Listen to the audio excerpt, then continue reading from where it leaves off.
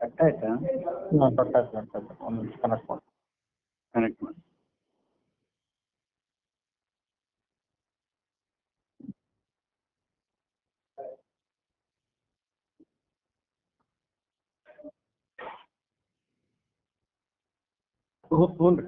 ಆಗಿ ಕನೆಕ್ಟ್.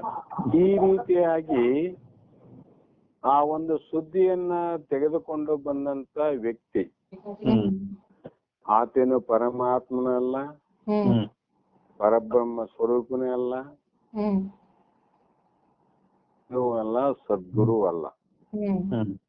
ಯಥಚಿತ ಒಬ್ಬ ಸಾಮಾನ್ಯ ಮನುಷ್ಯ ಆ ಸುದ್ದಿಯನ್ನು ತೆಗೆದುಕೊಂಡು ಬಂದು ನಿಮ್ಮ ಸಂಬಂಧಿಕರಲ್ಲಿ ಒಬ್ಬರು ತೀರಿಕೊಂಡಿದ್ದಾರೆ ಎಂದ ತಕ್ಷಣ ನಾವು ಎಂದೂ ಸಂಶಯ ಮಾಡಂಗಿಲ್ಲ. ಆ ವಿಷಯದಲ್ಲಿ ಯಾರನ್ನ ಸಂಶಯ ಮಾಡ್ತಾರ ಮಾಡೋದಿಲ್ಲ. ತಕ್ಷಣದಲ್ಲೇ ಸಂಬಂಧಿಕರು ಅಂದಾಗ ಅವರ ಸಾವಿನಿಂದ ನಮಗೂ ಕೂಡ ಸೂತಕ ಬಂತು ಅಂತ ನಂಬ್ತಾರ ಅವ್ರು. ಸತ್ತದ್ದು ಅವ್ರ ಮನೆಯಲ್ಲಿ, ಆದ್ರೆ ಸಂಬಂಧ ಇತ್ತಂದ್ರೆ ಸೂತಕ ಕೂಡ ಬರ್ತದ ನೋಡ್ರಿ. ಕೆಲವು ಮದುವೆ ಮುಹೂರ್ತ ಇಂತ ಒಳ್ಳೆ ಕಾರ್ಯ ಹಮ್ಮಿಕೊಂಡಾಗ ಸಂಬಂಧಿಕರಲ್ಲಿ ಯಾರಾದ್ರೂ ಒಬ್ರು ತೀರೇನಂತ ಸುದ್ದಿ ಬಂದ್ರೆ ಆ ಮದುವೆ ಕಾರ್ಯಗಳಿಗೆ ಸೂತಕ ಬಂತು ಅಂತ ಹೆಚ್ಚು ಕಡಿಮೆ ಮಾಡ್ತಾರೆ. ಇಲ್ರಿ ನಮ್ಮ ಮನೇಲಿ ಒಬ್ರು ತೀರಿದ್ರು, ಅದಕ್ಕಾಗಿ ನಾವು ಮುಂದಕ್ಕೆ ಹಾಕಿವಿ, ಎಷ್ಟು ನಂಬೀವಿ ನೋಡಮ್ಮ ನಾವು. ಈ ರೀತಿ ಸೂತಕ ಭಾವನೆ ತನ್ನಲ್ಲೇ ದೃಢಗೊಂಡಂತೆ ಈತ ಆತನನ್ನ ನೋಡಿಲ್ಲ ಇನ್ನು, ಯಾರೇ ಸತ್ತ ವ್ಯಕ್ತಿಯನ್ನ ಹೋಗಿ ನೋಡಿಲ್ಲ, ಆ ಹೆಣವನ್ನ ನೋಡಿಲ್ಲ, ಆಮೇಲೆ ಸುದ್ದಿಯನ್ನ ಹೇಳಲಿಕ್ಕೆ ಬಂದಂತ ವ್ಯಕ್ತಿ ಕೂಡ ನೋಡಿಲ್ಲ. ಅರ್ಜೆಂಟ್ ಇತ್ತು, ಮನೆಯವರು ರೂಢಿ ಬಂದ್ರು, ಸುದ್ದಿ ಮುಟ್ಟಿಸಲಿಕ್ಕೆ ಒಬ್ಬ ಸಾಮಾನ್ಯ ವ್ಯಕ್ತಿ ಸಿಕ್ಕ. ನೋಡು ನಮ್ಮ ಸಂಬಂಧಿಕರು ಇಂತಿಂತ ಊರಾಗಾರ, ನೀನ್ ಹೋಗಿ ಸುದ್ದಿಯನ್ನ ಮುಟ್ಟಿಸಿ ಬಾ ಅಂತ ಹೇಳಿ ದುಡ್ಡು ಕೊಟ್ಟಾಗ ಅವನು ಅಲ್ಲಿಂದನೇ ಬಸ್ ಹತ್ತಿ ಬಂದ ಬಿಟ್ಟ. ಈಗ ಸತ್ತ ಸುದ್ದಿ ತಂದವನು ಕೂಡ ನೋಡಿಲ್ಲ, ಪ್ರತ್ಯಕ್ಷ ನೋಡಿಲ್ಲ ಸತ್ತದ್ದು. ಅವ್ರ ಮನೆಯವರು ಹೇಳಿದ್ರು ಸತ್ತಾನಂತ, ಅವನಿಗೂ ವಿಶ್ವಾಸ. ಅದೇ ಸುದ್ದಿ ತಂದು ನಮಗೆ ಹೇಳಿದ, ನಮಗೂ ಅಷ್ಟೇ ವಿಶ್ವಾಸ. ನೋಡ್ರಿ, ಅವನು ನೋಡಿಲ್ಲ, ನಾನು ನೋಡಿಲ್ಲ, ಆಗಲೇ ನಮಗ್ ಸೂತಕ ಬಂತು. ಆದರೆ ಇಲ್ಲಿ ವೇದಾಂತ ವಾಕ್ಯಗಳನ್ನ ಬಲ್ಲವರು ಎಷ್ಟೋ ಪರ್ಯಂತರವಾಗಿ ನಾನಾ ರೀತಿಯಾಗಿ ನಾನಾ ಪ್ರಕಾರವಾಗಿ ಬೋಧಿಸಿ ಅವರು ನಾನಾ ಪ್ರಕಾರದ ಎಷ್ಟೇ ಶಾಸ್ತ್ರಗಳಿರ್ಲಿ, ಎಷ್ಟೇ ಜನ ಬೋಧ ಮಾಡ್ಲಿ, ಆ ಜ್ಞಾನದಲ್ಲಿ ಹೋದಾಗ ಎಲ್ಲಾ ಉಪನಿಷತ್ತುಗಳ ನಿರ್ಣಯ ಒಂದೇ, ನೀನು ಪರಮಾತ್ಮನಿದ್ದಿ. ಅದನ್ನ ನಮ್ಗೆ ಹೇಳ ಶಾಸ್ತ್ರದಲ್ಲಿ, ನೀನು ಪರಮಾತ್ಮನಿದ್ದಿ, ನೀನು ಆತ್ಮನಿದ್ದಿ, ನೀನು ಪರಬ್ರಹ್ಮ ಸ್ವರೂಪನೇ ಇದ್ದಿ ಅಂತ ಇಷ್ಟೆಲ್ಲ ಕಷ್ಟವನ್ನ ಪಟ್ಟು ಒಂದು ಸಲ ಅವನು ಹೇಳಿ ಹೋಗ್ಲಿಲ್ಲ. ಹಣದ ಸುದ್ದಿಯನ್ನ ತಂದವನು ನಮ್ಮ ಮನೆಯಲ್ಲಿ ಕೂತು 2 ತಾಸು 2 ದಿನ ಪರ್ಯಂತ ಹೇಳಂಗಿಲ್ಲ ಅವನು. ಬರೇ ಹೊರಗಡೆ ನಿಂತು ಒಂದು ಮಾತು ಹೀಗೆ ಅಂತ ಹೇಳಿದಾಗ ಎಷ್ಟು ವಿಶ್ವಾಸ ನಮಗಂತ. ಆದರೆ ವೇದ ವಾಕ್ಯಗಳನ್ನ ಹೇಳುವಂತ ಮಹಾತ್ಮರು ಬಹಳ ಕಷ್ಟವನ್ನು ಪಟ್ಟಂತ, ಬಹಳ ಕಷ್ಟವನ್ನು ಪಟ್ಟು ತಮ್ಮ ಆಯುಷ್ಯವನ್ನೇ ಇದಕ್ಕಾಗಿ ಮುಡುಪಾಗಿಟ್ಟು ಭೋಗಿಗಳನ್ನ ತ್ಯಾಗಿಗಳನ್ನಾಗಿ ಮಾಡಿ ಆ ತ್ಯಾಗದಿಂದ ಯೋಗದಿಂದ ಪೂರ್ಣ ಯೋಗಕ್ಕೆ ತಂದು ಪೂರ್ಣಾನಂದವೇ ನಮಗೆ ಪ್ರಾಪ್ತಿ ಮಾಡಬೇಕು ಅನ್ನುವಂತ ಅಮೃತ ವಚನಗಳನ್ನು ಎಷ್ಟೋ ವರ್ಷಗಳ ಗಟ್ಲೆ ಹೇಳಿದ್ರು ಕೂಡ ನನಗ ಏನಾಗ್ತದ, 100 ಬಾರಿ ಹೇಳಿದ್ರು ಕೂಡ, ವರ್ಷಗಟ್ಲೆ ಹೇಳಿದ್ರು ಕೂಡ ಆ ಹೇಳಿಕೆಯನ್ನು ಕೇಳಿಯೂ ಕೂಡ, ಕೇಳಿಲ್ಲ ಅಂತ ಅರ್ಥ ಅಲ್ಲ, ಕೇಳಿಯೂ ಕೂಡ ಬೇಗನೆ ಬುದ್ಧಿಯಲ್ಲಿ ನಂಬುವುದಿಲ್ಲ.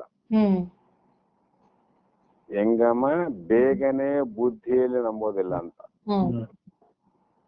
ಕಾರಣ, ಗ್ರಂಥಕರ್ತರು ಬ್ರಹ್ಮ ಬೋಧೆಗಿಂತಲೂ ಹೆಣದ ಬೋಧೆಯೇ ಜನರಿಗೆ ಬಹು ಬೇಗನೆ ನಂಬಿಕೆಯನ್ನು ಉಂಟು ಮಾಡುತ್ತದೆ. ಇದನ್ನ ಹೇಳಕ್ಕೆ ಈ ಶ್ಲೋಕ ಮಾಡಿದ ನೋಡ್ರಿ. ಬೇಗ ನಂಬಿಕೆ ಆಗ್ತದಿಲ್ರಿ ಎಂಬುದನ್ನು ತಿಳಿದು ಬ್ರಹ್ಮ ವಸ್ತುವಿಗಿಂತಲೂ ಹೆಣವೇ ಬಲವಾದದ್ದೆಂದು ಹೇಳಿದರೆ ವಿನಃ ನಮಗ ನಾಚಿಕೆ ಬರಲ್ಲಂತ. ಅಂದ್ರೆ ಇವನು ಹೆಣದ ಸುದ್ದಿ ತಂದಂತ ಸುಮಾರು ವ್ಯಕ್ತಿಗಿಂತ ಬ್ರಹ್ಮನಿಷ್ಠ ಗುರುಗಳು, ಋಷಿಗಳು, ಶರಣ ಸಂತರು, ಇಷ್ಟೇ ಅಲ್ಲದೆ ಭಗವಂತನೇ ಪರಮಾತ್ಮನೇ ನುಡಿದಂತ ವೇದ ವಾಕ್ಯಗಳನ್ನ ನಂಬೋದಿಲ್ಲ ಅಂದ್ರೆ ಸ್ವಲ್ಪ ನಾಚಿಕೆ ಬರ್ಲಿ ನಿನಗಂದ್ರ, ನಾಚಿಕೆ ಬರ್ಲಿ. ಆ ಕಾರಣಕ್ಕಾಗಿ ಜನರು ಉತ್ತಮವಾದ ವಾಕ್ಯಗಳಲ್ಲಿ ಜಗತ್ತಿನ ಒಂದು ನೇಮಿದೆ. ಶ್ರದ್ಧೆ ಅಂದ್ರೆ, ವಿಶ್ವಾಸ ಅಂದ್ರೆ, ನಂಬಿಕೆ ಅಂದ್ರೆ ಒಂದೇ. ಅವರ ಮೇಲೆ ವಿಶ್ವಾಸ ಮಾಡೋದಿಲ್ಲ, ನಂಬಿಕೆಯನ್ನು ಇಡೋದಿಲ್ಲ. ಯಾಕಂದ್ರೆ ಕೇಡಾದ ವಾಕ್ಯಗಳಲ್ಲಿ ಬೇಗನೆ ಶ್ರದ್ಧೆಯನ್ನು ವಹಿಸುತ್ತಾರೆ. ಕೆಟ್ಟದ್ದು, ಕೇಡು ಅಂದ್ರೆ ಕೆಟ್ಟದ್ದು. ಅಂದ್ರೆ ಒಳ್ಳೆಯ ವಾಕ್ಯಗಳಲ್ಲಿ ಬೇಗ ವಿಶ್ವಾಸ ಬರುವುದಿಲ್ಲ, ಕೆಟ್ಟ ವಾಕ್ಯಗಳಲ್ಲಿ ಬೇಗನೆ ವಿಶ್ವಾಸವನ್ನ ಮಾಡುತ್ತಾರೆ. ಉದಾಹರಣೆ, ಈಗ ನಮಗೆಲ್ಲ ಹಿಂದೆ 60-70 ವರ್ಷದ ಹಿಂದೆ ನಾವಿದ್ದಿಲ್ಲ, ಆವಾಗ ನಾವಿದ್ದಿಲ್ಲ. ಮಹಾಭಾರತ ರಾಮಾಯಣ ನಡೆದಂತ ಯುಗದಲ್ಲಿ ನಾವ್ಯಾರು ಇದ್ದಿಲ್ಲ. ಆದರೆ ಆ ರಾಮಾಯಣವನ್ನು ನೋಡಿಲ್ಲ, ಮಹಾಭಾರತವನ್ನು ನೋಡಿಲ್ಲ. ಆದರೆ ಇಂದಿನ ವರ್ತಮಾನದಲ್ಲಿ ಆ ರಾಮಾಯಣವನ್ನ ನೋಡಿ, ಮಹಾಭಾರತವನ್ನೇ ನೋಡಿ ರಚಿಸಿದಂತ ವೇದವ್ಯಾಸರ ಕೃತಿಯಾಗಲಿ, ಆಮೇಲೆ ರಾಮಾಯಣವಾಗಲಿ ನಾವು ನಂಬುತ್ತೀವಿಲ್ಲಮ್ಮ. ಏನ್ರಿ ರಾಮಾಯಣ ಆವಾಗ ಹೀಗೆ ಆಗಿತ್ತು, ಮಹಾಭಾರತ ಕುರುಕ್ಷೇತ್ರದಲ್ಲಿ ಈ ರೀತಿ ಆಯ್ತು, ರಾಮನಿಗೆ ಇಷ್ಟು ಕಷ್ಟ ಆಯ್ತು, ಸೀತೆಗೆ ಇಷ್ಟು ವನವಾಸವನ್ನ ಅನುಭವಿಸುವಂತ ಕಷ್ಟದ ಕಾರ್ಯಗಳು ಜರುಗಿದವು. ಧರ್ಮರಾಜ ಪಾಂಡವರೆಲ್ಲರೂ 12 ವರ್ಷ ಅಜ್ಞಾತವಾಸವನ್ನ ಆಚರಿಸಬೇಕಾಯ್ತು. ಸತ್ಯ ಹರಿಶ್ಚಂದ್ರ ಸುಡುಗಾಡನ್ನೇ ಕಾಯ್ಬೇಕಾಯ್ತು ಅಂತ ನಾವ್ ಹೇಳುವ ಮಾತನ್ನ ನಂಬಿವಿಲ್ರಿ? ನಂಬಿವಿ ನಾವು. ಆದ್ರೆ ಅದು ನೋಡಿಲ್ಲ ಆದ್ರೂ ಕೂಡ ನಾವು ನಂಬಿವಿ ಅಂತ ವಿಶ್ವಾಸ ಇರ್ತೀವಿ, ವಿಶ್ವಾಸ ಮಾಡೀವಿ. ಅದರಂತೆ ಈ ಜ್ಞಾನವನ್ನ, ಜ್ಞಾನದಿಂದಲೇ ಮುಕ್ತಿ ಆಗ್ತದೆ. ಇದರಲ್ಲಿ ಅವಿಶ್ವಾಸವನ್ನ ಶ್ರುತಿವಾಕ್ಯಗಳಲ್ಲಿ, ಗುರುವಾಕ್ಯಗಳಲ್ಲಿ ನೀನು ಮಾಡಬೇಡ ಅಂದ್ರೂ ಕೂಡ ನಮ್ಮ ಬೇಗನೆ ನಮ್ಗೆ ವಿಶ್ವಾಸ ಬರೋಂಗಿಲ್ಲ. ಯಾಕ್ರಿ ಅಂದ್ರೆ ಯಾರು ನೋಡ್ಯಾರಿ ಹೇಳ್ತಾರ, ಯಾರು ನೋಡ್ಯಾರ ಒಪ್ಪೋಣ. ನೋಡಲಾರದನ್ನ ಬೇಗನೆ ನೋಡಲಿಕ್ಕೆ, ನೋಡಿ ನಂಬಲಿಕ್ಕೆ ಸ್ವಲ್ಪ ಕಷ್ಟ. ಅದು ಸ್ವಾನುಭಾವದಲ್ಲಿ ಸಿದ್ಧ ಆಗಿದ್ರೆ ನಂಬಬೇಕು. ಇದ್ದಿಲ್ಲ ಅಂದ್ರೆ ಕುರುಡು ನಂಬಿಕೆಯಿಂದ ಇದನ್ನ ನಂಬಬಾರದು. ಆದ್ರೆ ವೇದಾಂತ ಕುರುಡು ನಂಬಿಕೆಯಲ್ಲಿ ಸತ್ಯವಾದದ್ದನ್ನೇ ನಮಗೆ ಪ್ರಸ್ತಾಪ ಮಾಡುವಂತ ಮಹಾವಾಕ್ಯಗಳು, ದಾರಿ ದೀಪಗಳು. ನಾವು ಹೇಗೆ ನಂಬೋದು ಅಂತ ಒಂದು ಪ್ರಶ್ನೆ ನಮ್ಮಲ್ಲಿ ಬಂತು ಅಂದ್ರೆ, ರಾಮಾಯಣವನ್ನ ನಡೆದಂತ, ಮಹಾಭಾರತ ನಡೆದಂತ ಯುಗದಲ್ಲಿ ನಾನು ಇದ್ದಿಲ್ಲ. ಆಮೇಲೆ ಆವಾಗ ನಡೆದ ರಾಮಾಯಣ ಮಹಾಭಾರತವನ್ನು ಕೂಡ ನೋಡಿದವರು ಯಾರಿಲ್ಲ. ಈಗ ಯಾರೇನ್ರಿ? ಆದ್ರೂ ಕೂಡ ರಾಮಾಯಣ ಮತ್ತು ಮಹಾಭಾರತವನ್ನ ದೃಢದಿಂದ ವಿಶ್ವಾಸ ಮಾಡೀವಿ. ಅದರಂತೆ ವೇದಗಳನ್ನ ನುಡಿದವನು ಯಾರು ನಾನು ನೋಡಿಲ್ಲ ಅಂತ ನೀವು ವಿಚಾರ ಮಾಡಬೇಡ. ಹೌದಲ್ರಿ? ಅದನ್ನ ಹೇಗೆ ದೃಢವಾಗಿ ನಂಬಿದ್ದೇವೆಯೋ ಅದರಂತೆ ಅನುಭವಕ್ಕ ಸಿದ್ಧವಾದಂತ ಸಿದ್ಧಾಂತವನ್ನ ನೀನು ನಂಬಿಕೆ ಮಾಡಬೇಕಾಗಿದೆ. ಕಾರಣ ಶ್ರದ್ಧಾವಾನ್ ಲಭತೆ ಜ್ಞಾನ. ಅಶ್ರದ್ಧತೆ, ಇದರಲ್ಲಿ ಅಶ್ರದ್ಧೆಯಿಂದ ಅಲ್ಪ ಸಂಶಯ ಅಂತಾರ.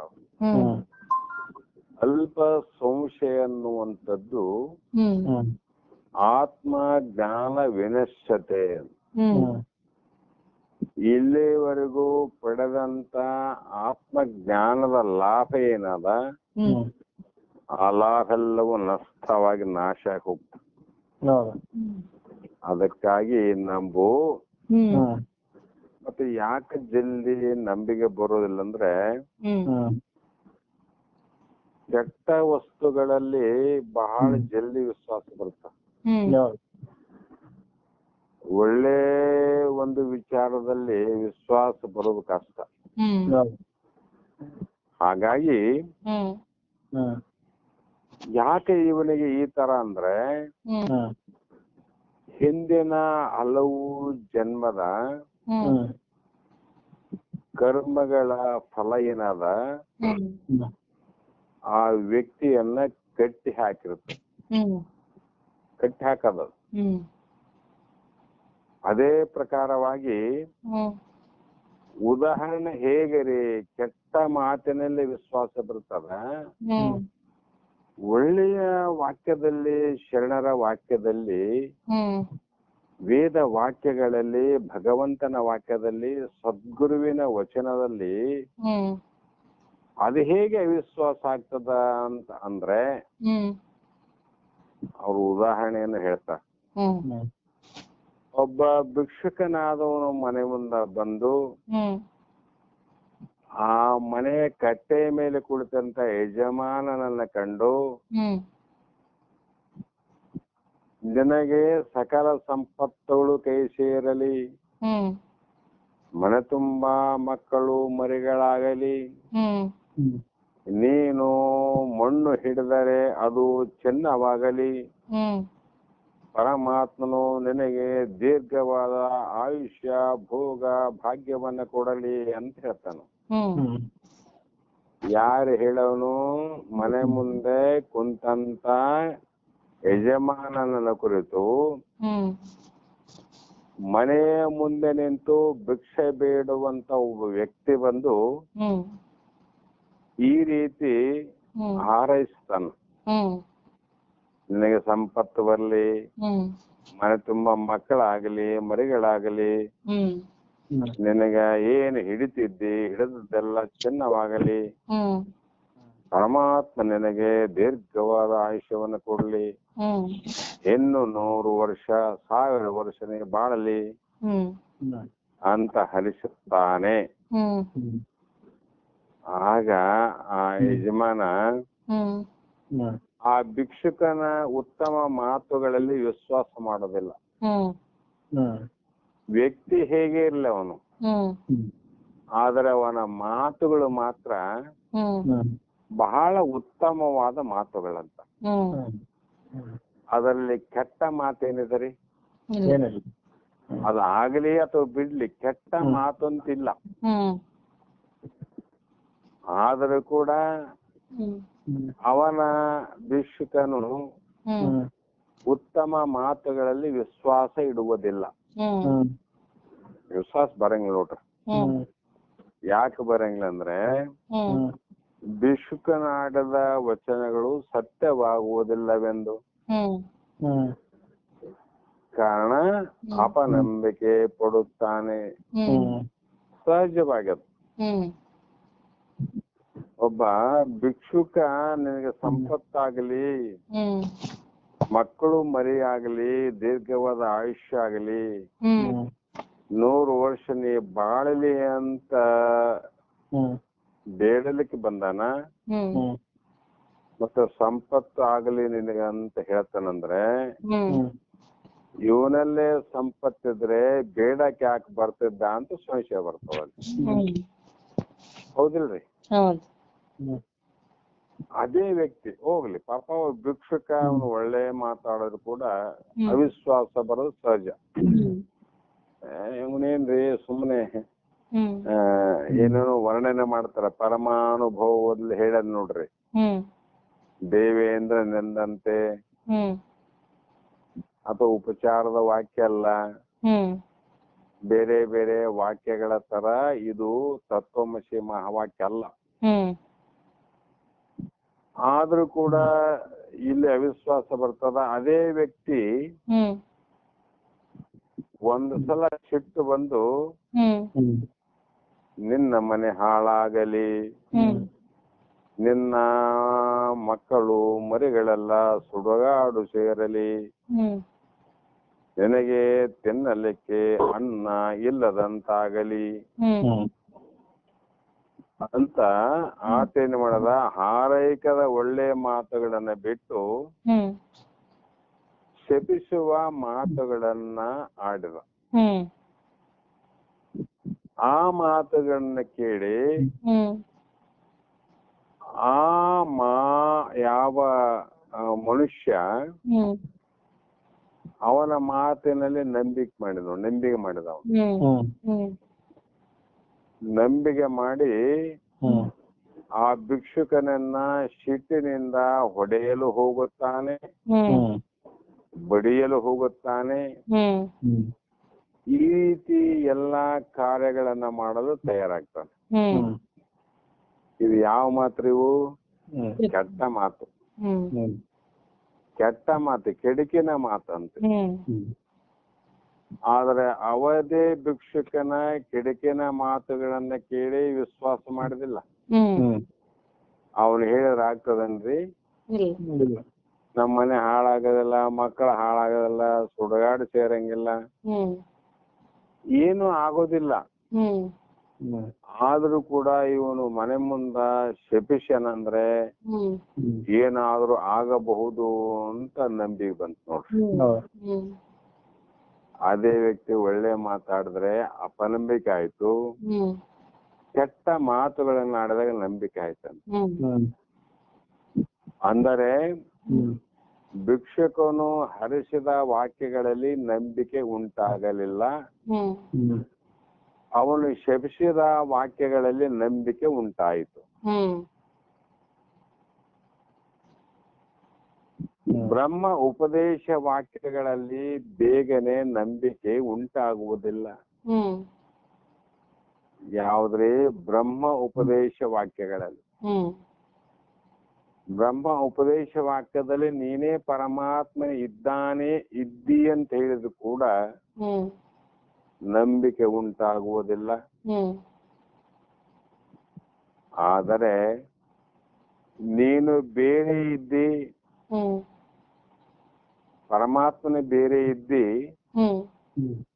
ನೀನು ಹೇಗೆ ಮಾಡಿದ್ದಾದರೆ ನಿನಗೆ ಇಂಥದ್ದು ಪ್ರಾಪ್ತಿ ಆಗ್ತದ ಅಂತಂದ ತಕ್ಷಣ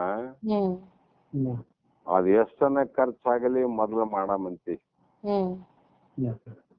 ಹೌದಲ್ರಿ? ಆದರೆ ಪರಗ್ರಾಮದಲ್ಲಿ ನಿನ್ನವರು ಸತ್ತರೆಂಬ ಹೆಣದ ಉಪದೇಶದಲ್ಲಿ ನಂಬಿಕೆ ಉಂಟಾಗುತ್ತದೆ. ಹೆಣ ಉಪದೇಶದಲ್ಲಿ ಬಲವಿದ್ದಂತಾಯಿತು, ಹೆಣದಲ್ಲೇ ಶಕ್ತಿ ಉಂಟಂತಾಯಿತು ಅಂತ ಹೇಳೋದಕ್ಕೋಸ್ಕರ ಈ ಲೋಕಾನುಭವದಿಂದ ಗ್ರಂಥಕರ್ತರು ಬ್ರಹ್ಮ ವಸ್ತುವಿಗಿಂತಲೂ ಹೆಣದಲ್ಲಿ ಬಲ ಅಧಿಕವೆಂದು ನಾನು ಹೇಳುತ್ತೇನೆ ಅಂತ ಹೇಳಿದ್ರು ಅವರು. ಜನರು ಲಚಲತ ಎಂದು ಹಲ್ಲಿಯ ನುಡಿದರೆ ಗೋಡೆ ಮೇಲೆ ಮನೆಗೆ ಹಲ್ಲಿ ಇರ್ತಾವ ನೋಡಮ್ಮ, ಕೆಲವು ಸಲ ಅವು ಒಂದೊಂದು ಲಚಲತ ಅಂತ ಶಬ್ದ ಮಾಡ್ತಿರ್ತಾವ. ಅವು ಹುಳವನ್ನ ತಿನ್ನುವಂತ ಸಂದರ್ಭದಲ್ಲಿ, ಇನ್ನೊಂದು ಸಂದರ್ಭದಲ್ಲಿ ಹಲ್ಲಿ ನುಡಿದ್ರೆ ಕೆಲವು ವ್ಯಕ್ತಿಗಳು ಆ ಹಲ್ಲಿಯ ನುಡಿಗಳಿಂದ ನನಗೆ ಒಳ್ಳೆದ್ದು ಕೆಟ್ಟದ್ದು ಫಲಗಳು ಉಂಟು ಆಗುತ್ತವೆ ಎಂದು ಬೇಗನೆ ನಂಬುತ್ತಾರೆ. ನಮ್ದು ಯಾರಮ್ಮದು ಹಲ್ಲಿ, ಹೆಣ್ಣು ಸುದ್ದಿ ತನ್ನಂತ ಮನುಷ್ಯನೂ ಅಲ್ಲ, ಮತ್ತೆ ಮಹಾವಾಕ್ಯವನ್ನ ಬ್ರಹ್ಮ ಉಪದೇಶವನ್ನ ಮಾಡುವಂತ ಪರಮಾತ್ಮನಲ್ಲ, ಆತ ಒಬ್ಬ ಸಂತನೂ ಅಲ್ಲ, ಋಷಿನೂ ಅಲ್ಲ, ಶರಣನಲ್ಲ, ಯಾವುದು ಆ ಅಲ್ಲಿ. ಆದ್ರೆ ಅಲ್ಲಿ ನುಡಿದ ತಕ್ಷಣ ನಮಗೆ ಏನಾಗ್ತದಮ್ಮ ಅಂದ್ರೆ ಆ ಶುಭ ಅಶುಭ ಲೆಕ್ಕಾಚಾರ ಉಂಟಾಗ್ತದೆ. ಆದರೆ ಬಲ್ಲವರ ನುಡಿಗಳನ್ನು ನಂಬುವುದಿಲ್ಲ. ಅಂದ್ರೆ ಬಲ್ಲವರು ಹಲ್ಲಿಕ್ಕಿಂತ ಕನಿಷ್ಠ ಅಂತ ತಿಳ್ಕೊಂತಿವ್ರು. ಯಾರ್ರಿ ಶ್ರುತಿ ವಾಕ್ಯವನ್ನ ನಂಬದವ್ರು. ಅಂದರೆ ಹಲ್ಲಿಯ ನುಡಿಯಲ್ಲಿ ನಂಬಿಕೆ, ಬಲ್ಲವರ ನುಡಿಯಲ್ಲಿ ಅಪನಂಬಿಕೆ. ಈ ರೀತಿ ಜನರ ಭಾವನೆ ಇರುವುದರಿಂದ ಗ್ರಂಥಕರ್ತರು ಹೇಳಿದ್ದು ಇಲ್ಲಿ ಸಮಂಜಸವಾಗಿದೆ.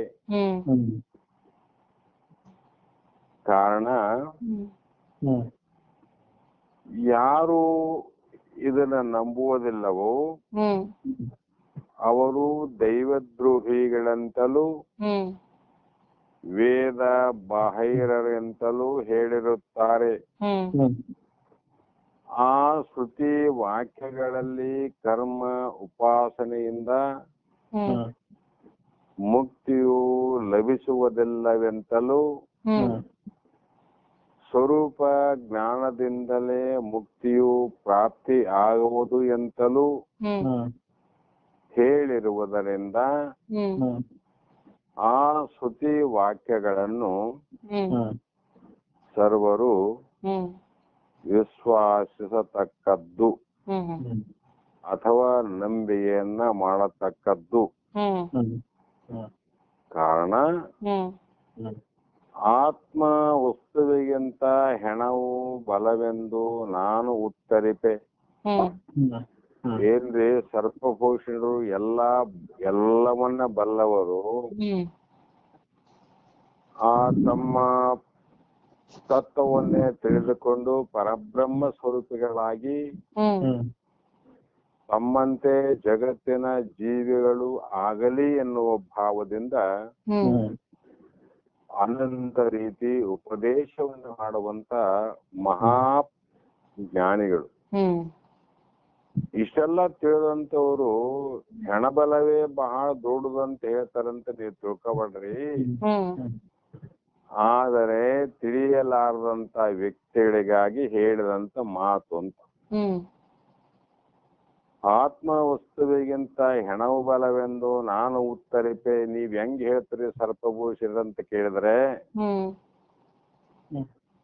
ಏಕಂದಡೆ ಹ್ಮ್ ಯಾಕೆ ಹಿಂಗಂತೀರಿ ಅಂತಂದ್ರೆ, ಹ್ಮ್ ಆತ್ಮ ಬೋಧೆಯ ಕೇಳಿ ಚಿತ್ತದಳು ಬೇಗನೆ ನಂಬಿಕೆಯನ್ನು ಅಳವಡಿಸಿಕೊಂಡು ಹ್ಮ್ ಮುಕ್ತಿಯನ್ನು ಹೊಂದರು. ಹ್ಮ್ ಬುದ್ಧಿಯಲ್ಲಿ ಆತ್ಮ ಜ್ಞಾನವನ್ನೇ ಕೇಳಿ ಶ್ರವಣವನ್ನ ಮಾಡಿ ಹ್ಮ್ ಬುದ್ಧಿಯಳು ಬೇಗನೆ ನಂಬಿಕೆಯಿಂದ ಅಳವಡಿಸಿಕೊಳ್ಳದೆ ಹ್ಮ್ ಮುಕ್ತಿಯು ಹೊಂದರು. ಹ್ಮ್ ಸತ್ತ ಸುದ್ದಿಯ ಕೇಳಿ ಸೂತಗೂ ಬಂತೆಂದು ಹ್ಮ್ ಚಿತ್ತದಳು ಬಹುಬೇಗ ನಂಬುತ್ತಿಹರು. ಹ್ಮ್ ಎಷ್ಟ್ ಜಲ್ದಿ ನಂಬಿಬಿಟ್ರು ನೋಡ ಅವ್ರ ಮಾತು. ಹ್ಮ್ ಅದರಿಂದ ಹ್ಮ್ ನಿಮಗೆ ಎಚ್ಚರಿಕೆಯಾಗಲಿ, ವಿಚಾರವನ್ನ ಮಾಡಲಿ ಅನ್ನುವ ಭಾವದಿಂದ ಹ್ಮ್ ಆತ್ಮ ವಸ್ತುವಿಗಿಂತ ಹೆಣದಲ್ಲಿ ಹ್ಮ್ ಬಲ ಅಧಿಕ ಎಂದೊಡೆ ಏನು ದೋಷವಿಲ್ಲ ಅಂದ್ರ ಅವ್ರು. ಹ್ಮ್ ಹಿಂಗ ಯಾಕೆ ಹೇಳ್ತಾರೆ ಸರ್ಪಭೂಷಣರು, ಹ್ಮ್ ಆತ್ಮಕ ದೋಷ ಬರ್ತದೇನು ಅಂತಂದ್ರೆ ಹ್ಮ್ ಪರಬ್ರಹ್ಮನಿಗೆ ದೋಷ ಬರಂಗಿಲ್ಲಪ್ಪ. ಹ್ಮ್ ಪರಮಾತ್ಮನಿಗೆ ದೋಷ ಇಲ್ಲ, ನಿನ್ನ ಸ್ವರೂಪಕ್ಕೆ ದೋಷ ಇಲ್ಲ. ಹ್ಮ್ ನಿನ್ನ ಬುದ್ಧಿಯ ಶುದ್ಧತೆಗಾಗಿ ಹ್ಮ್ ನಿನ್ನ ಬುದ್ಧಿಯಲ್ಲಿ ಭದ್ರವಾಗಿ ನೆಲೆಗೊಂಡಂತ ಹ್ಮ್ ಕರ್ಮ ಉಪಾಸನ ಸಂಸ್ಕಾರಗಳನ್ನ ಬಿಟ್ಟು ಹ್ಮ್ ಈಗ ಏನು ಮಾಡು ಅಂದ್ರೆ ಆತ್ಮ ಜ್ಞಾನವನ್ನೇ ನಂಬು, ಹ್ಮ್ ಜ್ಞಾನವನ್ನೇ ನಂಬು. ಹ್ಮ್ ಇಲ್ಲಿವರೆಗೂ ಮಾಡಿದ್ನಿ ಹೆಂಗ್ ಬಿಡೋದ್ರಿ? ಹ್ಮ್ ಮತ್ತೆ ನಾನು ಬಿಟ್ಟೇನು, ಜಗತ್ತು ಬಿಡ್ತಾ ಇಲ್ಲ. ಹ್ಮ್ ಜಗತ್ತು ಕರ್ಮ ಮಾಡು, ಕರ್ಮ ಮಾಡು, ಉಪಾಸನ ಮಾಡು, ಉಪಾಸನ ಮಾಡು. ಹ್ಮ್ ಕರ್ಮದಿಂದನೇ ಬೇಗ ಮೋಕ್ಷ, ಹ್ಮ್ ಉಪಾಸನೆಯಿಂದನೂ ಬೇಗ ಮೋಕ್ಷ ಅಂತ ಹ್ಮ್ ಹೇಳುವಂತವ್ರು ಬಹಳ ಜನ ನಮ್ಮಿಂದಾರ.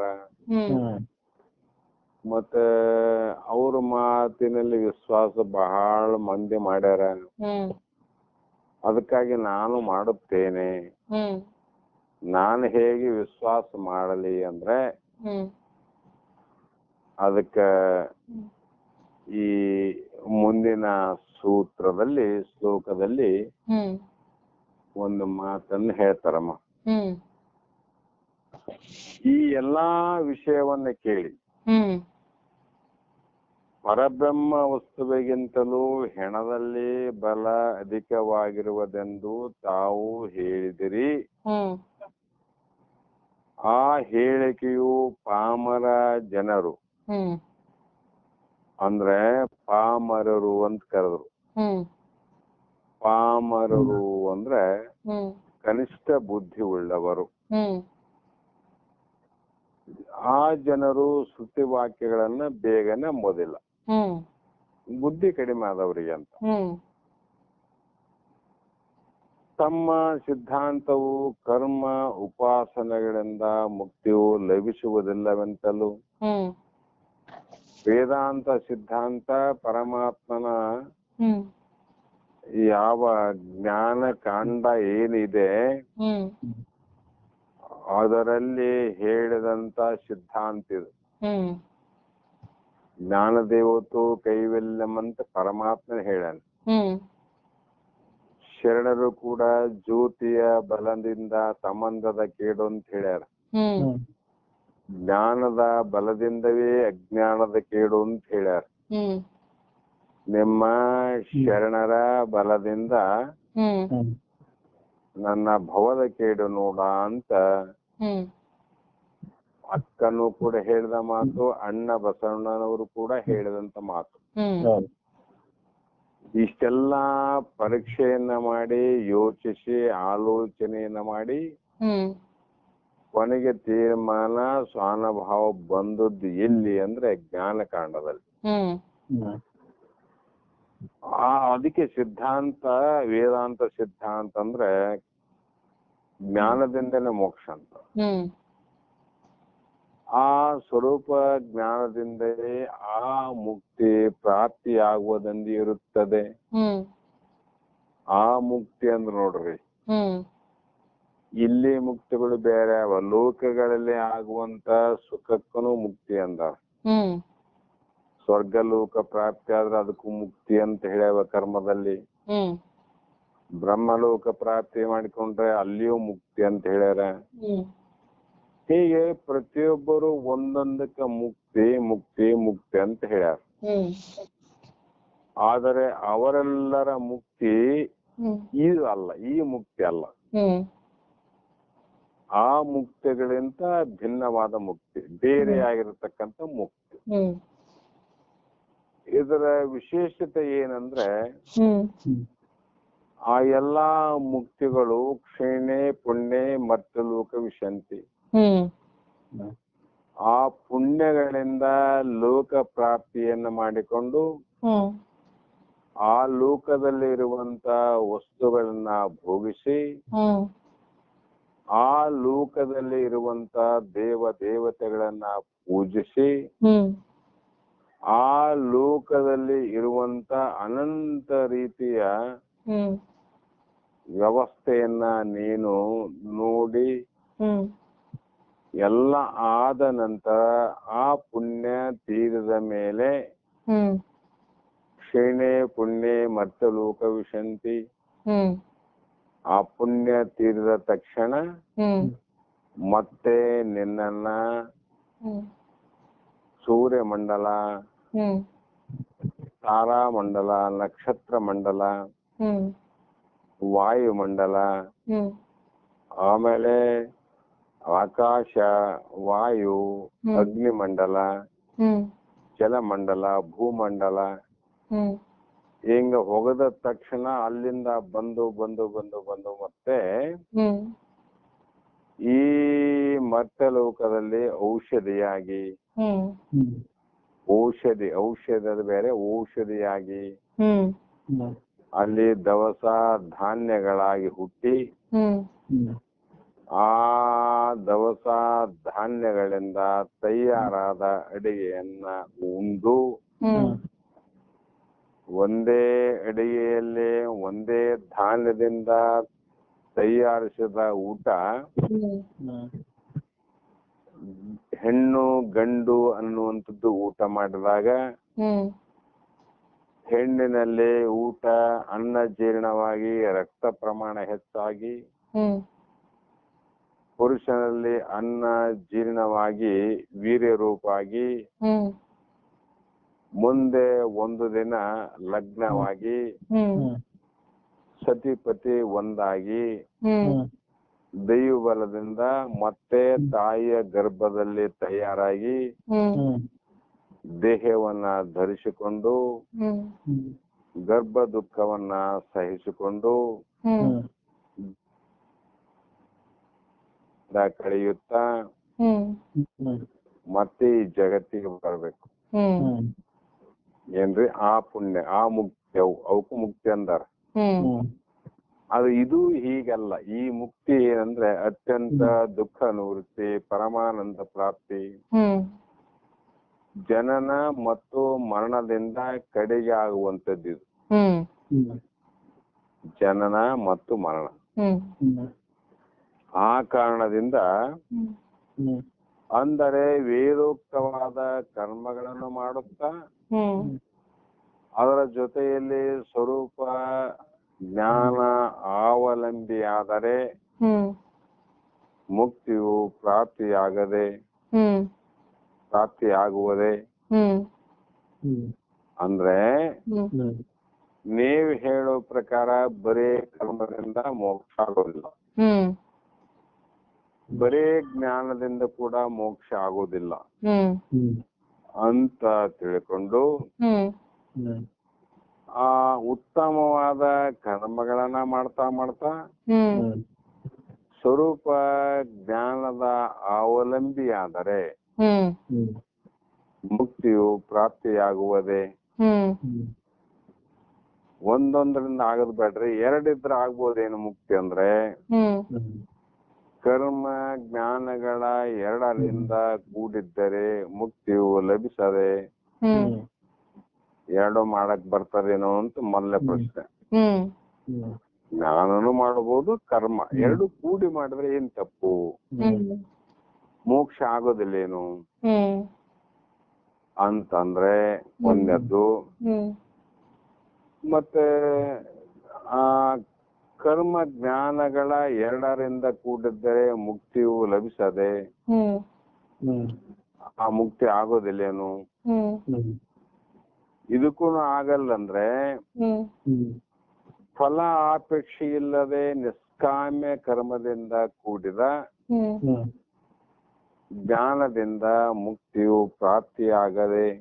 ಹ್ಮ್ ಹ್ಮ್ ಇಲ್ರಿ ಅವ್ರ ಕರ್ಮ ಮಾಡ್ತಾನ, ಯಾವುದು ಫಲ ಇಚ್ಛೆ ಅಪೇಕ್ಷೆ ಇಲ್ಲ, ಹ್ಮ್ ಹ್ಮ್ ಜ್ಞಾನ ಅದ, ಹ್ಮ್ ಫಲದ ಇಚ್ಛೆ ಇಲ್ಲದೆ ಕರ್ಮ ಮಾಡಿದ್ರೆ ಹ್ಮ್ ಹ್ಮ್ ಮುಕ್ತಿ ಆಗ್ಬೋದಲ್ಲ, ಹ್ಮ್ ಹೀಗೆ ಮಾಡಿದ್ರೆ ಆಗುವುದೇ ಹ್ಮ್ ಎಂಬ ಪ್ರಶ್ನೆಗೆ ಹ್ಮ್ ಹ್ಮ್ ಇಲ್ಲಿ 2-3 ಪ್ರಶ್ನೆಗಳವ. ಹ್ಮ್ ಹ್ಮ್ ಒಳ್ಳೆ ಕರ್ಮಗಳನ್ನ ಮಾಡ್ತಾ ಮಾಡ್ತಾ ಹ್ಮ್ ಸ್ವರೂಪ ಜ್ಞಾನ ಅಪೇಕ್ಷೆ ಜ್ಞಾನದ ಅಪೇಕ್ಷೆ ಆಗುದು, ಹ್ಮ್ ಹ್ಮ್ ಅದು ಮುಕ್ತಿ ಆಗ್ತದೇನು ಒಂದನೇದು.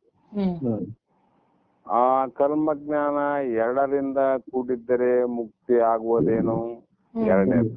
ಹ್ಮ್ ಹ್ಮ್ ಫಲದ ಇಚ್ಛೆ ಅಪೇಕ್ಷೆ ಇಲ್ಲದೆ ನಿಷ್ಕಾಮ್ಯ ಕರ್ಮದಿಂದ ಕೂಡಿದ ಹ್ಮ್ ಜ್ಞಾನದಿಂದ ಮುಕ್ತಿಯು ಪ್ರಾಪ್ತಿಯಾಗದೆ. ಹ್ಮ್ ಹ್ಮ್ ಮೂರನೇ ಪ್ರಶ್ನೆ. ಹ್ಮ್ ಹ್ಮ್ ಅದಕ್ಕ ಈ ಮುಂದಿನ ಶ್ಲೋಕದಲ್ಲಿ ಹ್ಮ್ ಅವರು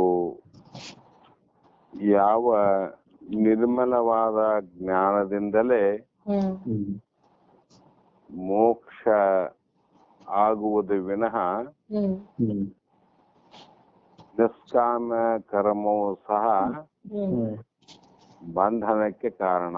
ಹ್ಮ್ ಹ್ಮ್ ಬಹಳ ಸೂಕ್ಷ್ಮ ಆದ್ರೆ ಶಾಸ್ತ್ರ. ನಿಷ್ಕಾಮ್ಯ ಕರ್ಮ ಮತ್ತು ಎಲ್ಲಾ ಕಡೆ ನಿಷ್ಕಾಮ್ಯ ಕರ್ಮನೇ ಮಾಡ್ಬೇಕಂತ ಹೇಳ್ಯಾರ ಅಂದ್ರೆ ಅದು ಅದನ್ನ ಕಿತ್ತಬೇಕಾಗಿದ್ರಿ ಈಗ. ಅಲ್ಲಿಗೆ ನಿಷ್ಕಾಮ್ಯ ಕರ್ಮನ್ನ ಮಾಡಿದ್ರೆ ಬಹಳ ಕಷ್ಟ, ಅದಕ್ಕೆ ಪೂರ್ಣ ಯೋಗ ಅಂತಾರ. ಅಂದ್ರೆ ಇವಾಗ ನಾವು ಜ್ಞಾನ ಕರ್ಮನು ನಿಷ್ಕಾಮ್ಯ ಕರ್ಮನೇ ಮಾಡ್ತೇವೆ, ಅಂದ್ರೆ ನಾವು ಶ್ರವಣ ಮಾಡೋದನ್ನ ನೀವು ಈಗ ಈ ಸಾಮಾನ್ಯವಾಗಿ ಒಂದು ಉದಾಹರಣೆ, ಆಕಾಶದಲ್ಲಿ ಸೂರ್ಯನ, ಸೂರ್ಯ ಏನ್ ಮಾಡ್ತಾನ್ರಿ ಅಂದ್ರೆ ಕರ್ಮ ಮಾಡ್ತಾನ. ಅವನ ಕರ್ಮ ಆದ್ರಲ್ಲ ಸೂರ್ಯನಲ್ಲಿ, ಅವನ ಕರ್ಮದಿಂದವೇ ಜಗತ್ತಿನಲ್ಲಿ ನಾನಾ ಕ್ರಿಯೆಗಳಿಗೆ ಕಾರಣ. ಯಾರ ಕರ್ಮದಿಂದ ಅಂದ್ರೆ ಸೂರ್ಯನ ಕರ್ಮದಿಂದ. ಕಾರಣ ಏನು ಅಂದ್ರೆ ಕರ್ಮವನ್ನ ಸೂರ್ಯ ಮಾಡದೇ ಇದ್ರೆ ಜಗತ್ತೇ ಕತ್ತಲೆ, ಎಲ್ಲಾ ಕ್ರಿಯೆಗಳಿಗೆ ಕತ್ತಲೆ. ಅಂದ್ರೆ ಆ ಸೂರ್ಯ ತಾನು ಕರ್ಮವನ್ನ ಮಾಡ್ತಾನೆ, ಆದರೆ ಎಷ್ಟು ದಿನ ಮಾಡ್ತಾನ್ರಿ ಅಂದ್ರೆ ಒಂದು ಸರ್ಟನ್ ಪೀರಿಯಡ್ ಇರುತ್ತೆ. ಇರುದಂತಲ್ಲ, ಇಲ್ಲಿಯವರೆಗೂ ವಿಚಾರ ಮಾಡಿದ್ರೆ ಜಗತ್ತು ಎಂದು ಸೃಷ್ಟಿ ಆಗ್ಯದ, ಸೃಷ್ಟಿ ಆದಾಗಿನಿಂದ ಯಾವ ಭಗವಂತನ ಇಚ್ಛಾಶಕ್ತಿ, ಜ್ಞಾನಶಕ್ತಿ, ಕ್ರಿಯಾಶಕ್ತಿ ಅಂತ ತನಗೆ ಬೇಕಾದಂತ ಒಬ್ಬ ರಾಷ್ಟ್ರಪತಿ, ಪ್ರಧಾನಿ ತನ್ನದೇ ಆದಂತ ಒಂದು ಮಂತ್ರಿ ಮಂಡಲವನ್ನ ರಚಿಸಿ ಅವರವರಿಗೆ ಕಾರ್ಯಗಳನ್ನ ಒಪ್ಪಿಸುವಂತ ಒಂದು ನಿಯಮ, ವಿಧಿ.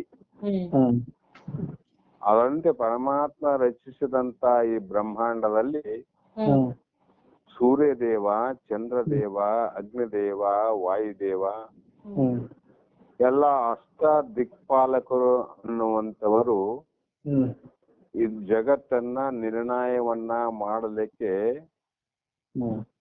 ಕಾರ್ಯವನ್ನ ಮಾಡ್ತಕ್ಕಂಥ ವ್ಯಕ್ತಿಗಳು. ಅವತ್ತೇನಿಂದ ಇವತ್ತಿನವರೆಗೂ ಕೂಡ ಕಾರ್ಯ ಮಾಡ್ತಾರ ಅವರು. ವಾಯುದೇವನ ಕಾರ್ಯ ನಡೆದ, ಅದ ಅಗ್ನಿದೇವನ ಕಾರ್ಯ ನಡೆದ, ಅದ ಮುಗಿತು ಅನ್ನಂಗಿಲ್ಲ. ಆದರೆ ಎಲ್ಲವನ್ನ ಮಾಡಿ ಸೂರ್ಯನಿಗೆ ನಾನು ಇಷ್ಟೆಲ್ಲವನ್ನ ಮಾಡುತ್ತಲೇ ಇದ್ದೇನೆ ಅನ್ನುವಂತ ಲವಲೇಶವು ಕೂಡ ಆ ಸೂರ್ಯನಿಗೆ ಒಂದೂ ಇಲ್ಲ.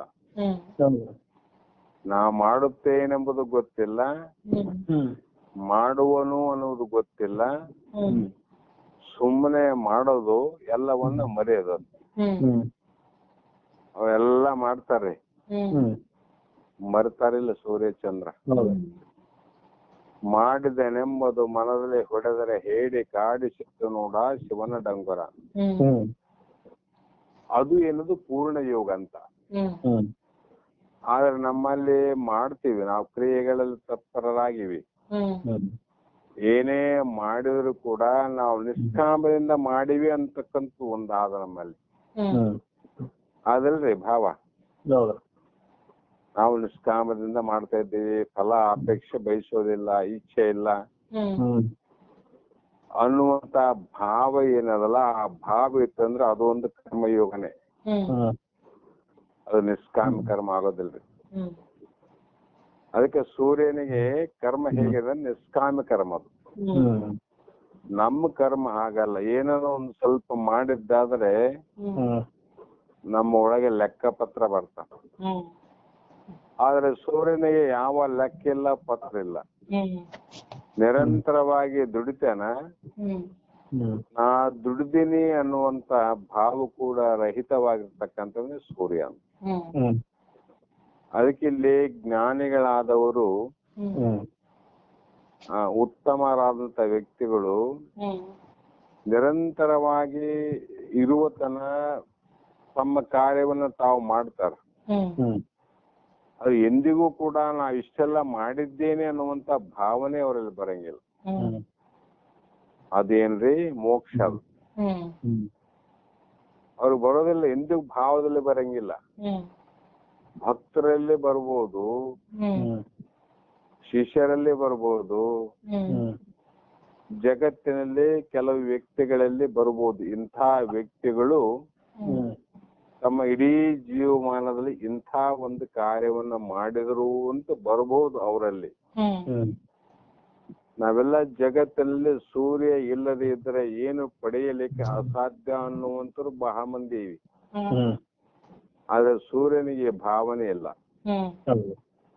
ನನ್ನ ಬೆಳಕಿನಲ್ಲೇ ನಿರಂತರವಾಗಿ ಇಷ್ಟು ವರ್ಷಗಳಿಂದ ನಾ ಕಾರ್ಯ ಮಾಡ್ತಿದ್ದೀನಿ, ನನ್ನ ಕ್ರಿಯೆಯಿಂದನೇ ಬೆಳೆ ಬೆಳಿತಾವ, ನನ್ನ ಕಾರ್ಯದಿಂದನೇ ಬೆಳಕಾದ, ನನ್ನ ಬೆಳಕಿನಲ್ಲಿ ಜಗತ್ತಿನ ಜೀವಿಗಳ ಬದುಕಾದಂತ ಸೂರ್ಯನಿಗೆ ಎಂದೂ ಗೊತ್ತಿಲ್ಲ ಅವನಿಗೆ. ಹೌದಿಲ್ರಿ? ಅದ್ರಂಗ ನಾವು ಮಾಡುವಂತ ಕಾರ್ಯ ನಡೆದಿರ್ಬೇಕು. ನಾನು ಇಷ್ಟು ಮಾಡೀನಿ ಅಂತಕ್ಕಂತ ಭಾವ ನಮಗ್ ಗೊತ್ತಾಗಬಾರ್ದು. ಅದು ನಿಷ್ಕಾಮ. ಅದಕ್ಕೆ ಇಲ್ಲಿ ಹೇಳ್ಯಾರ ಅವರು, ಅಂಥ ನಿಷ್ಕಾಮದಿಂದಲೂ ಕೂಡ ಅದು ಆಗುತ್ತದೇನು ಅಂತ ಕೇಳಿದ್ರೆ ಮುಂದೆ ಉತ್ತರ ಹೇಳ್ತಾರ ಅವರು. ಯಾಕಂದ್ರೆ ಇದು ಜ್ಞಾನ ಶತಕ ಅಂತ ಮೊದಲೇ ಹೇಳಿ ನಾನು. ಈಗ ಉಳಿದ ಗ್ರಂಥಗಳಲ್ಲೂ ಕೂಡ ಇದೇ ಅಭಿಪ್ರಾಯ. ನೀವು ಪರಮಾನುಭವದ ಕೇಳಿದ್ರೆ ಅದರಲ್ಲೂ ಅದೇ ಅಭಿಪ್ರಾಯ. ಪರಮಾನುಭವದೇ ಅದೇ ಅಭಿಪ್ರಾಯ, ಅನುಭವ ಸಾರದಲ್ಲಿ ಅದೇ ಅಭಿಪ್ರಾಯ, ಕೈವಲ್ಯ ಪದ್ಧತಿಯಲ್ಲೂ ಅದೇ ಅಭಿಪ್ರಾಯ, ಶರಣರ ವಚನಗಳಲ್ಲಿ ಅದೇ ಅಭಿಪ್ರಾಯ, ಉಪನಿಷತ್ತುಗಳನ್ನ ಅದೇ ಅಭಿಪ್ರಾಯ. ಎಲ್ಲರ ಅಭಿಪ್ರಾಯ ಏನಾದ ಮಂದಿ ಇದು ಒಂದೇ ಇರೋದು. ಆದ್ರೂ ಕೂಡ ವ್ಯತ್ಯಾಸಗಳು ಯಾಕಂದ್ರೆ ಜಗತ್ತಿನಲ್ಲಿ ದ್ರೋಹಿಗಳು ಅಂತ ಬರ್ತಾರ. ವೇದ ದೂಷಣರು, ದೈವ ದ್ರೋಹಿಗಳು. ಸಾಮಾನ್ಯವಾಗಿ ಮೊದಲೇ ಹೇಳ್ತಾ ಬಂದ್ರು, ಅಧಿಕಾರಿಗಳಲ್ಲಿ ಅನಂತ ಭಾಗವನ್ನ ಮಾಡಿ ಅಧಮೋ ಅಧಮ ಒಬ್ಬ, ಅಧಮನಾದವನು ಇನ್ನೊಬ್ಬ, ಉತ್ತಮನಾದವನು ಇನ್ನೊಬ್ಬ, ಉತ್ತಮೋತ್ತಮನಾದವನು ಮತ್ತೊಬ್ಬ. ಆ ಮತ್ತೊಬ್ಬನೇ ಮೋಕ್ಷಕ್ಕೆ ಅಧಿಕಾರಿ ವಿನಃ ಇನ್ನೊಬ್ರು ಮೋಕ್ಷಕ್ಕೆ ಅಧಿಕಾರಿಗಳಲ್ಲ ಅಂತ ಹೇಳಿದ್ರು. ಇವು ಎಲ್ಲಾ ಮನುಷ್ಯರಷ್ಟೇ ಅಲ್ಲ, ಎಲ್ಲಾ ಜೀವಿಗಳಲ್ಲೂ ಕೂಡ ಇಂಥ ಸಣ್ಣ ಸಣ್ಣ ವ್ಯತ್ಯಾಸ ಇರ್ತಾವ. ಅದಕ್ಕೆ ಸಾಮಾನ್ಯ ಒಂದು ದೃಷ್ಟಾಂತ ಹೇಳ್ಬೇಕಾದ್ರೆ, ಮನುಷ್ಯರಲ್ಲಿ ಭೇದದ ಬುದ್ಧಿ ಇದ್ದಂತೆ ಕುದುರೆಗಳಲ್ಲಿ ಕೂಡ ಭೇದ ಬುದ್ಧಿ ಇರ್ತದೆ. ಕುದುರೆ ಅಂದ್ರೆ ಎಲ್ಲಾ ಮನುಷ್ಯರ ಕಣ್ಣಂಗೆ ಎಲ್ಲಾ ಕುದುರೆ ಕಣ್ಣಂಗೆ ಕಾಣ್ತಾವ. ಆ ಒಂದು ಕುದುರೆಯನ್ನ ತಂದಂತ ವ್ಯಕ್ತಿ ಅದಕ್ಕೆ ಒಳ್ಳೆಯ ಸಂಸ್ಕಾರವನ್ನು ಕೊಡಬೇಕು ಅಂತ ಏನೇನೋ ಕಲಿಸ್ಲಿಕ್ಕೆ ಹೋಗ್ತಾನೆ. ಅದು ಕಲಿಸ್ಲಿಕ್ಕೆ ತಿಳಿಸ್ಲಿಕ್ಕೆ ಹೋದಂತೆಲ್ಲ ಆ ಕುದುರೆ ಏನ್ ಮಾಡ್ತದ್ರಿ ಅಂದ್ರೆ ಮತ್ತೆಷ್ಟು ಜಿಗಿಲಿಕ್ಕೆ ಪ್ರಾರಂಭ ಮಾಡ್ತದ. ಮತ್ತೆಷ್ಟು ಮೊದಲನಕ್ಕಿಂತ ಬಹಳ ಚೇಷ್ಟೆಯನ್ನ ಮಾಡ್ಲಿಕ್ಕೆ ಪ್ರಾರಂಭ ಮಾಡ್ತದ. ಅವಾಗ ಅವನೇನ್ ಮಾಡ್ತಾನ, ಆ ಕುದುರೆ ಎರಡು ಕಾಲಿಗೆ ಒಂದು ಹಗ್ಗವನ್ನ ಕಟ್ಟಿ ತಿರುಗಾಡ ನಿಲ್ಲ ಅಂತಾನ. ಎಲ್ಲೇನ ತಿರುಗಾಡಲ್ ಬಿಡಪ್ಪ ಅಂತ ಕುದುರೆ ಕಾಲಿಗೆ ಹಗ್ಗ ಕಟ್ಟಿದ್ ನೋಡಮ್ಮ. ಮತ್ತೆ ಇನ್ನೊಂದು ಕುದುರೆ ಅದ, ಆ ಕುದುರೆ ಕೂಡ ಒಳ್ಳೆಯ ಊಟವನ್ನ ಒಳ್ಳೆಯ ನಡಿಗೆಯನ್ನ ಕಲಿಸ್ಬೇಕಂತ ಪ್ರಯತ್ನ ಮಾಡ್ತಾನ. ಆದ್ರೆ ಅದು ಕಲಿತದ, ಚೆನ್ನಾಗಿ ಓಡ್ತದ, ಲಗಾಮ ಜಗ್ಗಿದಾಗ ನಿಲ್ತಾವ. ಅದು ಕುದುರೆ. ಆದ್ರೆ ಯಾವಾಗ ಅಂದ್ರೆ ಕುದುರೆ ಮಾಲಕ ತನ್ನ ಚಡಿಯಿಂದ ಒಂದೊಂದು ಏಟು ಬಾರಿಸಿದಂಗೆಲ್ಲ ಎಲ್ಲಿವರೆಗೆ ಏಟು ಬಿಡ್ತದ ಅಲ್ಲಿವರೆಗೂ ಸರಿಯಾಗಿ ದಾರಿ ಹಿಡಿದು ಹೋಗ್ತಿರ್ತದ. ಯಾವಾಗ ಆ ಏಟು ನಿಂತಿತ್ತು ಅಂದ್ರೆ ಕುದುರೆ ಅಲ್ಲೇ ನಿಂತು ಬಿಡ್ತದ. ಮೊದ್ಲದು ಓಡ್ಲೇ ಇಲ್ಲ, ಅದು ಅದಕ್ಕ ಹಗ್ಗ ಕಟ್ಟಿ ಅಲ್ಲೇ ಬಿಟ್ಟ. ಎರಡನೇದು ಮೊದಲಿನಂಗಲ್ಲ, ಸ್ವಲ್ಪ ಓಡ್ತದ. ಯಾವಾಗ ಅಂದ್ರೆ ಲಗಾಮಿಗೆ ಏಟು ಬಿದ್ದಾಗ. ಅದು ಏಟು ಯಾವಾಗ ನಿಂತಿತ್ತು ಅಂದ್ರೆ ಅದು ಅಲ್ಲೇ ನಿಂತು ಬಿಡ್ತ. ಕಾರಣ ಎಷ್ಟು ಹೇಳಿದ್ರು ಕೂಡ ತಿದ್ದಿಕೊಳ್ಳಲಿಕ್ಕೆ ಅಸಾಧ್ಯವಾದಂತ, ಮೋಹವನ್ನ ಬಿಡಲಿಕ್ಕೆ ಅಸಾಧ್ಯವಾದಂತ ಜೀವಿಗಳಿಗೆ ಏನ್ ಮಾಡಿದ್ರು ಏನೇನ ಮಾಡಿ ಹಾಳಾಗಿ ಹೋಗ್ಲಂತೇಳಿ ಅವನು ಕರ್ಮನ ಮಾಡ್ಲಿ ಪಾಪನ ಮಾಡ್ಲಿ ಪುಣ್ಯನ ಮಾಡ್ಲಿ ಹಾಳಾಗುಲ್ಲ ಅಂತ ಕರ್ಮದ ಗಂಟಾಗಿ ಕೈ ಬಿಟ್ರು ಅವ್ರು. ಯಾರೇ ಮಹಾತ್ಮರು ಮಾಲಕ್. ಇದು ಎರಡನೇ ಅಧಿಕಾರಿ. ಇನ್ನೊಂದು ಮೂರನೇದಾದ ಕುದುರೆ ಅದರ ನಡಿಗೆಗಳನ್ನ ಆ ಊಟವನ್ನ ಅದ್ ಏನ್ ಮಾಡ್ತದಂದ್ರೆ ಅದಕ್ಕ ಬೆಂಗಳೂರಲ್ಲಿ ಒಂದು ಇದೆ ನೋಡ್ರಿ, ಅದೇನಂತ ಕುದುರೆ ಓಡ್ಸದ್ಕ ರೇಸ್ ಕೋರ್ಸ್ ರೇಸ್ ಕೋರ್ಸ್ ಕುದುರೆ ರೇಸ್ ನಡೀತಕ್ಕಂಥದ್ದಾವಲ್ಲಿ ಶಕ್ತಿ ಭವನದ ಮುಂದೆ. ಅಲ್ಲಿ ಕುದುರೆಗಳು ಎಂತೆಂತ ಕುದುರೆ ಇರ್ತಾವ್ರಿ, ಎಲ್ಲ ಒಂದೇ ಪ್ರಕಾರ ಇರಂಗಿಲ್ಲ. ಅಲ್ಲಿ ಏನಿಲ್ಲ, ಸುಮ್ಮನೆ ಕೆಲವು ಕುದುರೆಗೆ ಚಡಿ ಹಿಂಗ ನೋಡ್ರೆ ಸಾಕು ಓಡಾಡ್ಸ್ಕೊಂಡ್ ಮಾಡ್ತಾವು, ನೋಡಿದ್ರೆ ಓಡ್ಬಿಡ್ತಾವ್ರವು. ಅವು ಲತ್ತಿ ತಿನ್ನಂಗಿಲ್ಲ, ಏಟು ಬೀಳಲಾರ್ದಂಗ ಏಟು ಬೀಳ್ತದಂತ ಗೊತ್ತಾದ ತಕ್ಷಣ ನೀಟಾಗಿ ಹೋಗಿಸ್ಕೊಂಡ್ ಮಾಡ್ತಾವು. ಇದು ಮೂರನೇ ಕುದುರೆ, ಮೂರನೇ ಜಾತಿದು. ಅದಕ್ಕ ಇಲ್ಲಿ ಮೂರನೇ ಜಾತಿಯ ವರ್ಗದ ಜೀವಿಗಳಿಗೆ ಸಂತರ ಶರಣರ ಮಹಾತ್ಮರ ಜ್ಞಾನಿಗಳನ್ನ ನೋಡಿದ ತಕ್ಷಣವೇ ಅವರ ಉಪದೇಶದಲ್ಲಿ ಅವರ ವಚನದಲ್ಲಿ ಅವರ ಬುದ್ಧಿ ಕೂಡಿ ಬಿಡ್ತದೆ. ಇದು ಯಾವ ಕುದುರೆಮ್ಮ ಅಂದ್ರೆ ಮೂರನೇ ಜಾತಿ ಅಂತ. ಇದಕ್ಕೆ ಏಟು ಬೀಳಲಾರ್ದಂಗ ಹೋಗ್ಬಿಡ್ತಾರದು. ಅದಕ್ಕೆ ಇದು ಉತ್ತಮವಾದ ಕುದುರೆ ಅಂತ. ನಾಲ್ಕನೇ ಕುದುರೆ ಏನಂದ್ರೆ ಉತ್ತಮೋತ್ತಮವಾದಂತ ಕುದುರೆ. ಉತ್ತಮೋತ್ತಮ ಆದಂತವರು ಬ್ರಹ್ಮಜ್ಞಾನಿಗಳೇ.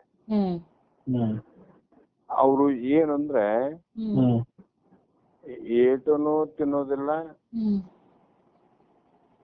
ಚಡಿನೂ ನೋಡೋದಿಲ್ಲ, ಚಡಿ ಆದ ಅನ್ನುವಂತ ಭಾವ ಕೂಡ ಇರೋದಿಲ್ಲ. ತಮ್ಮ ದಾರಿಯಲ್ಲಿ ತಾವು ಹೋಗ್ತಕ್ಕಂಥವರಿಗೆ ಉತ್ತಮ ಅಂತ ನೋಡ್ರಿ. ಇದಕ್ಕೆ ಈ ಕುದುರೆನೆ ರೇಸ್ ಅಲ್ಲಿ ಗೆದ್ದಿತ್ತು. ವಿನ್ ಆಗೋದು ಯಾವ್ದಂದ್ರೆ ರೇಸ್ ಅಲ್ಲಿ ಅದು ಅಲ್ಲಿ ನಡಿಗೆ ಕಲ್ಸೋದಲ್ಲ, ಅಲ್ಲಿ ಕಾಲಿಗೆ ಹಗ್ಗ ಕಟ್ಟೋದಲ್ಲ, ಅಲ್ಲಿ ಲಗಾಮ್ ಜಗ್ಗೋದಲ್ಲ, ಬರೇ ಊಟದೇ ಗಮನ ಇರಬೇಕು ವಿನಃ ಇನ್ನೊಂದರ ಗಮನ ಇರ್ಲಾರ್ದು ಯಾವ ಕುದುರೆ ಅದ ಅದೇ ಕುದುರೆ ವಿನ್ ಆಗ್ತದೆ. ಅದರಂತೆ ಯಾವುದ ಒಂದರ ಗಮನವಿಲ್ಲದೆ ತನ್ನ ನಡೆಯಲ್ಲಿ ಮಾತ್ರ ಎಡಬದಂತೆ ನೇರವಾಗಿ ದೃಷ್ಟಿಯನ್ನು ಇಟ್ಟುಕೊಂಡು ಹೋಗ್ತಕ್ಕಂತ ಜೀವಿಗಳೇ ಉತ್ತಮರಾದಂತ ಜ್ಞಾನಿಗಳು. ಅವ್ರಿಗೆ ಶರಣರು ಅಂತ ಕರೆದ ನೋಡ್ರಿ, ಅವರಿಗೆ ಜೀವನ್ಮುಕ್ತರು. ಈ ರೀತಿಯಾಗಿ ನಾವು ವಿಚಾರವನ್ನು ಮಾಡಿದಾಗ ಕರ್ಮಗಳನ್ನ ಹೇಗೆ ಬಿಡಬೇಕು, ಹಿಡಿದರೆ ಯಾಕೆ ಆಗುವುದಿಲ್ಲ, ಆ ಕರ್ಮವನ್ನ ಬಿಡೋದಾದ್ರೆ ಹೇಗೆ ಬಿಡಬೇಕು, ಬಿಡ್ಲಿಕ್ಕೆ ಹೇಗೆ ಸಾಧ್ಯ ಅದ, ಕರ್ಮ ಜ್ಞಾನಗಳು ಎರಡು ಇದ್ರು ಮೋಕ್ಷ ಆಗ್ಬೋದಲ್ಲ, ಅದೇ ಕರ್ಮದಿಂದ ಆಗ್ಲಿಕ್ಕಿಲ್ಲ. ಕರ್ಮದ ಜೊತೆಯಲ್ಲಿ ನಾವು ಸ್ವಲ್ಪ ಶಾಸ್ತ್ರ ಕೇಳ್ತೀವಿ, ಕೇಳ್ಬೇಕಂತ ಅಪೇಕ್ಷೆ ಆದ್ರಿ ನಮ್ಗ ಆಗ್ತದೇನಂದ್ರ ಇದು ಎರಡನೇ ಕುದುರೆ ಅಂತೀವಿ. ಎಲ್ಲಾನ ಶಾಸ್ತ್ರ ಕೇಳ ಕಲ್ಕ ಎಲ್ಲ ತಿಳಿದಂಗ ಆಗ್ತದಕ್ಕ, ಸೀದಾ ದಾರಿಗೆ ಹೋಗ್ತದ. ಶಾಸ್ತ್ರ ನಿಂತಿತ್ತು ಅಂದ್ರೆ ಅದು ಅಲ್ಲೇ ನಿಂತು ಬಿಡುತ್ತ ನೋಡ್ರಿ, ಸಂಸಾರದಾಗ ಅಲ್ಲೇ ವಿಷಯಗಳು ನಿಂತು ಬಿಡ್ತಾವ. ಹೀಗೆ ವಿಚಾರ ಮಾಡಿ ನೋಡಿದ್ದಾದರೆ ಜ್ಞಾನಪರವಾದ ಮೋಕ್ಷ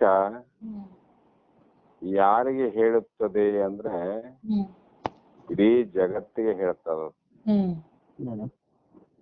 ಕರ್ಮಗಳು ವರ್ಣ ಆಶ್ರಮಕ್ಕ ಸೀಮಿತವಾಗಿ ಹೇಳಿದರೆ ಜ್ಞಾನ ನಿಶ್ಚಯವಾದಂತ ಜಗತ್ತಿನ ಜೀವಿಗಳೆಲ್ಲರನ್ನ ಕುರಿತು ಹೇಳ್ತದ.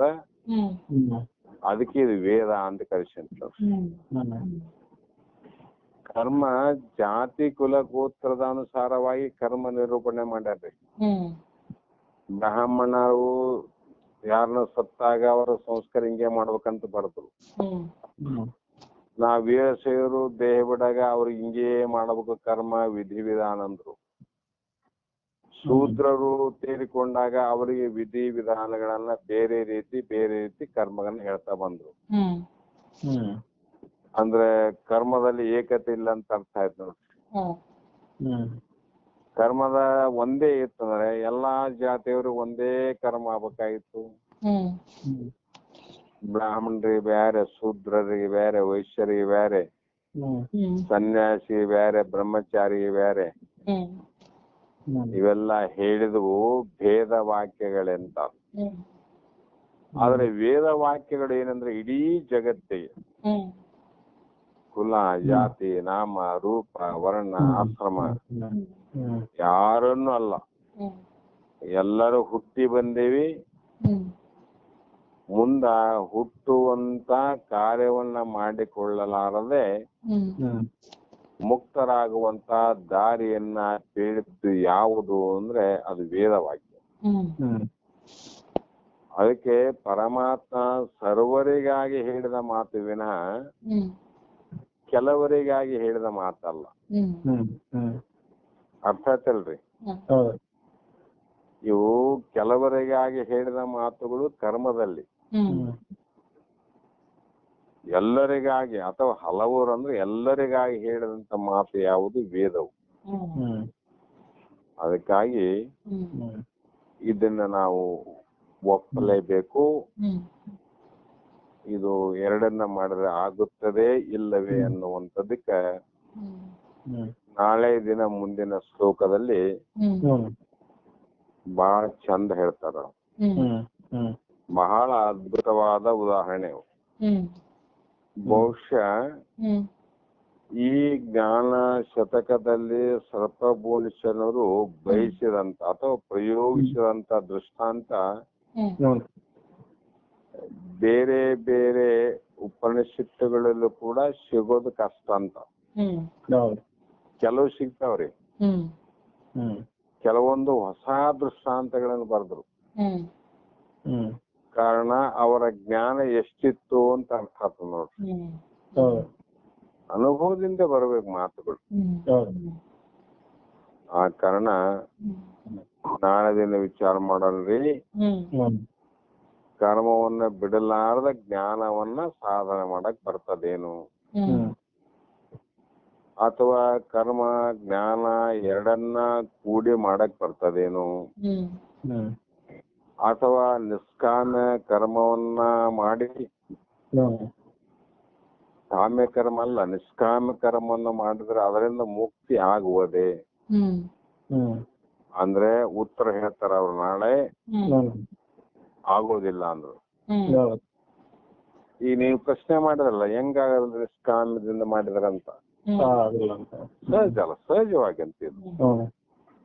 ಅದರಂಗೆ ಅವ್ರು ಆಗೋದಿಲ್ಲ ಅಂತ ನಾಳೆ ಕೇಳಿದ್ರಿ ಯಾಕೆ ಆಗೋದಿಲ್ರಿ? ಸಹಜವಾಗ್ಲಿ ಯಾಕೆ ಆಗೋದಿಲ್ಲ ಅಂದ್ಮೇಲೆ ಯಾಕಂತ ಪ್ರಶ್ನೆ ಬರೋದು ಸಹಜ. ಇದಕ್ಕಾಗಿ ಆಗೋದಿಲ್ಲ ಅಂತ ನಾ ಹೇಳ್ಬೇಕಲ್ಲ, ಅದು ಉತ್ತರ. ಆ ಉತ್ತರವನ್ನ ಇವತ್ತಿನ ಪ್ರಶ್ನೆಗೆ ನಾಳೆ ದಿನ ಉತ್ತರವನ್ನ ಪಡೆಯೋಣ ಅಂತಕ್ಕಂಥ ಮಾತನ್ನ ಹೇಳಿ ಇಲ್ಲಿಗೆ ಮಂಗಲವನ್ನ ಹೇಳ. ಎಲ್ಲಾರು ನಿದ್ದೆ ಮಾಡ್ರಿ. ನಮಸ್ಕಾರ ತಾಯಿ, ನಮಸ್ಕಾರ.